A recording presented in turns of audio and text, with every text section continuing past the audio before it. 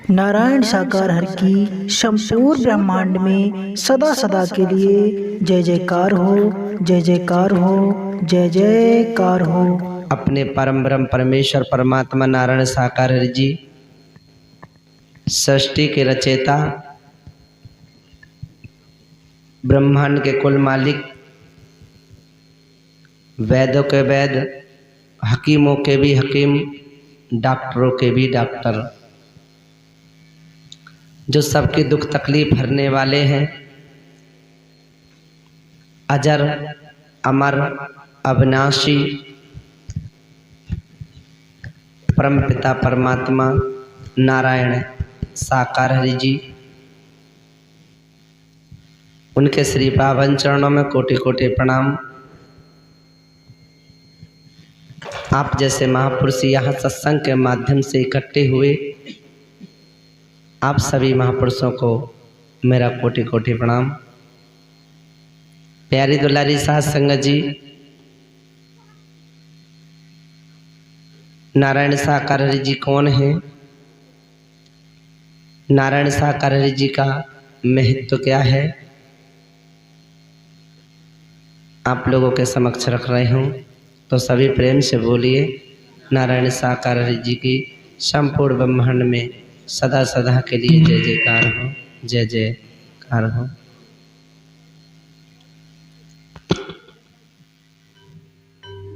किसी और के भी नाम है?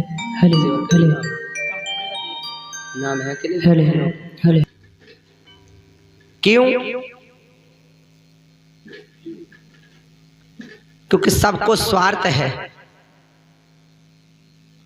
गुरु हो, सदगुरु हो, कोई भी, अन्यथा भजन कीर्तन भागवत रामायण वाला ही क्यों ना हो,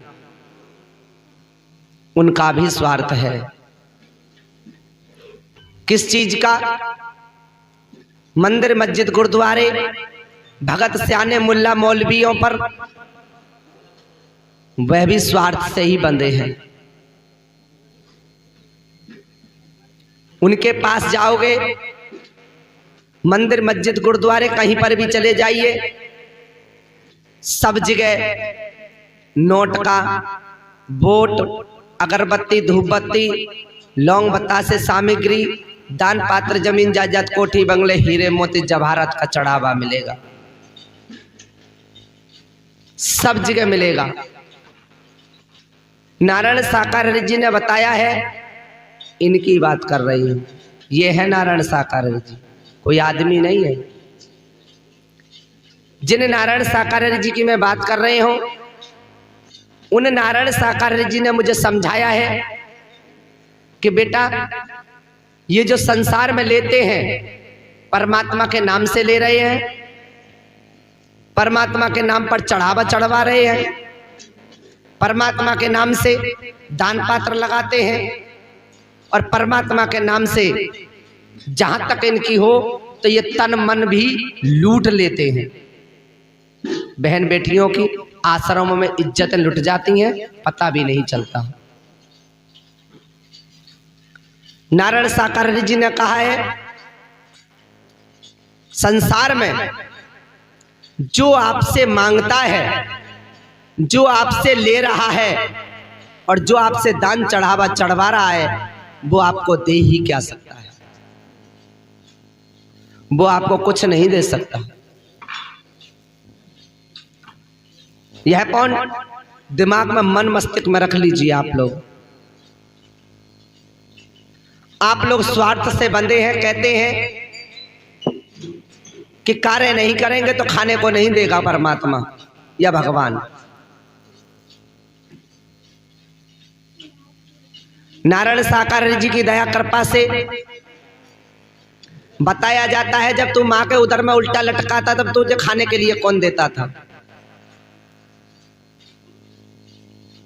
जब तेरे हाथ पांव भी नहीं चल रहे थे, संसार में जन्म लेकर के आया, तो तेरे खाने के लिए पहले व्यवस्था कर दी गई। इन बच्चों को रोको यहां से।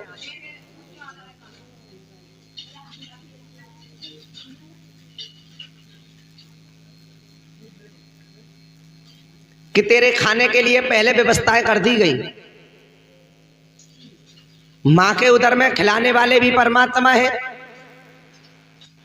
गर्भ से जन्म लेकर के संसार में आया, तूने हाथ पैर भी नहीं चलाना सीखा, तब तक तेरे मां के स्तनों में तुझे खाने के लिए पीने के लिए दूध की स्थापना कर दी। उसके बाद जहां तक दूध पीने का सवाल, पीता रहा, शरीर बड़ा हुआ। माता पिता का कार्य है तेरे जीवन को आगे बढ़ाना।